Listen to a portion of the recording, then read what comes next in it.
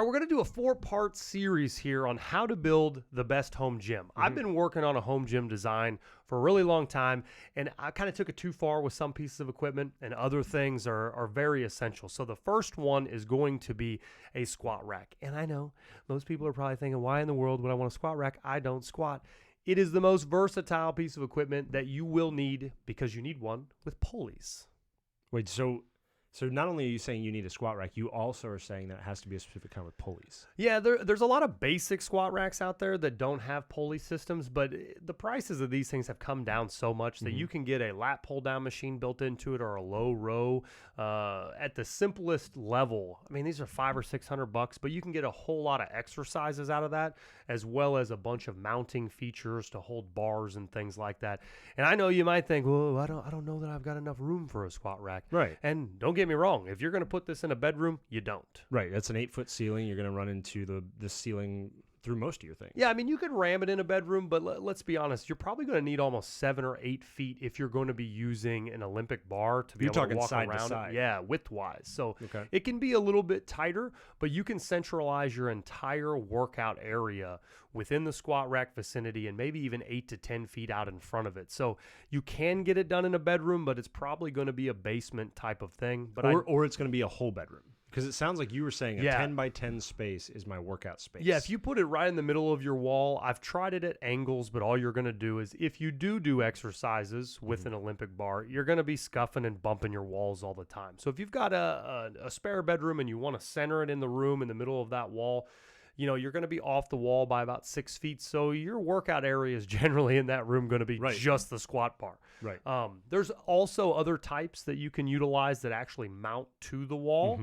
A lot more expensive if you're into that. The problem is they don't exactly have all those pulley features that I think you're going to want for a little variety in your workouts. Well, let's start here. Convince me, one, that the squat rack is the thing I need to do, because I feel like there's a lot of other options I have that at least doesn't take up a whole room for me, because 10 by 10 is a lot of space. Absolutely. So the number one thing that most people our age are going to be doing is you're going to be rehabbing types of things, injuries, keeping things strong. So you need a pull-up bar to do hangs, to be able to do resistance bands work off of, all those types of things. And a squat rack gets it done. Don't be using your door frame, a lot of those different mounting mechanisms that go in the wall. That's all fine and dandy. But if you're talking about in your home, all you're going to do is scuff up your walls nonstop. Put a pull-up bar on your wall and tell me you don't ruin your drywall with your feet.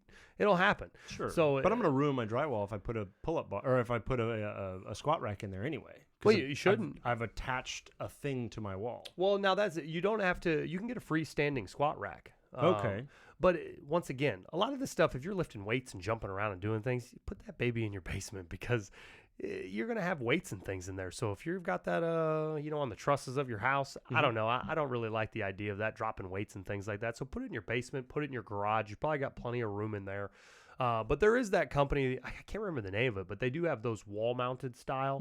But again, I know Rogue has one. We use it at the station. It's a wall-mounted. It even slides out. Like you can stack it away, and it fully goes flush to the wall, or you can leave it out the whole time, which is what we do. They're very cool. A little bit more pricey. But they don't have the pulleys. Yeah, no pulleys. That's what I was just going to say. The only issue is when you're looking at like best bang for your buck, having a little bit of pulley work kind of, or access to it, is a big upgrade. Lat pull downs, if you're not strong enough to do a pull up, even with some banded options, having a lat pull down machine is a pretty effective tool to work your shoulders and your back. The low row, it's just kind of a catalyst for back exercises. So I think most people are going to want that type of interaction with their workout equipment. But squat rack, by far, number one, put pulleys on it. Make sure it has a pull-up bar on it. There's a lot of different varieties. You can get these things between like $500 and $700. If you want to spend an arm and a leg, there are other options that you can get that may look a little fancier. But generally speaking, the squat rack with the pulleys, bar none, got to get it in. Now, I'm getting the squat rack. I get you said $700. Am I going to end up with a bar and the weight I need to do squats, or is that in addition to this rack? The one that I bought, and I think many of them, you've got to get your Olympic bar and all those other things separate. So you've got more money to invest in that world if that may be the case for you. But if you get on like Facebook Marketplace and things like that, a lot of times you can find, plates that fell off a truck somewhere where they're selling them for 40 cents a piece, Fell off a truck. Yeah, Right. exactly. So I think that's where you're going to want to look for your plated weights. If you've got the money and you want to just run in there and grab a bunch at your Dick's Sporting Goods or something like that, of course they've got those options, but that's the best way to save some money. Get some plates off of some used marketplaces and you can load them up, but I actually don't use an Olympic bar a ton anymore. I do have the option to do things with it that I occasionally do, but it's not a necessity. That's actually not really why I'm recommending the rack. It's all right, so we're not necessarily doing squats. We're not necessarily doing those other things. You're now convincing me I need pulleys. What exercise am I doing on this rack that is so necessary for me? You'll be doing hanging for shoulder and back. Health, you're going to be utilizing the bars and things on the side for different resistance band mounts so that you can get your shoulder work in. Those types of exercises. Of course, if you grab an Olympic bar, you can be doing your bench press, your squats, all those types of things. But generally, it's your anchoring base that's not going to ruin your house. Okay, so it really does become almost like the thing you're building your gym off of. Yeah, it's the catalyst. It's the thing in the corner. It's the thing in the middle of the room. It's the area at which you build out the entire environment to get your exercise in. If you're going to be doing things on the floor, you can do it right under the rack where there's plenty of room in there. Move a bench out of the way. If you have one of those, now you can, sit right in that area. Are you going to be doing straight arm pulls or flies with resistance bands off the rack? Well, there you go. You're only about 5 feet from the rack. Once again, ready to roll. Kind of right in that 10 by 10 area. I will say, so it is the cornerstone for the gym we have at work as well. I utilize it for almost all of those things exclusively. I very rarely squat, but it is a great place to mount up and throw a strap over the top and do reduced weight pull-ups. It's a great way to do dips, mounting those things directly to the side. I start doing dips. It's a great place to offset the thing if I want to do like back extensions. I pull a cube up right next to it, put some cushions on it, and do back extensions off of it using the exact same mount.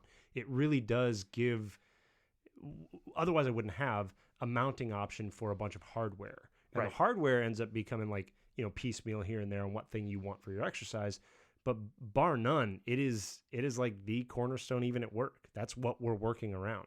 Yeah, squat rack, by far, going to be the best suggestion. Stick around for the next 3 episodes. We're going to be going through the other pieces that can make your home gym next level. Subscribe, hit the notification bell so that you get the notifications for that video. Have a great day.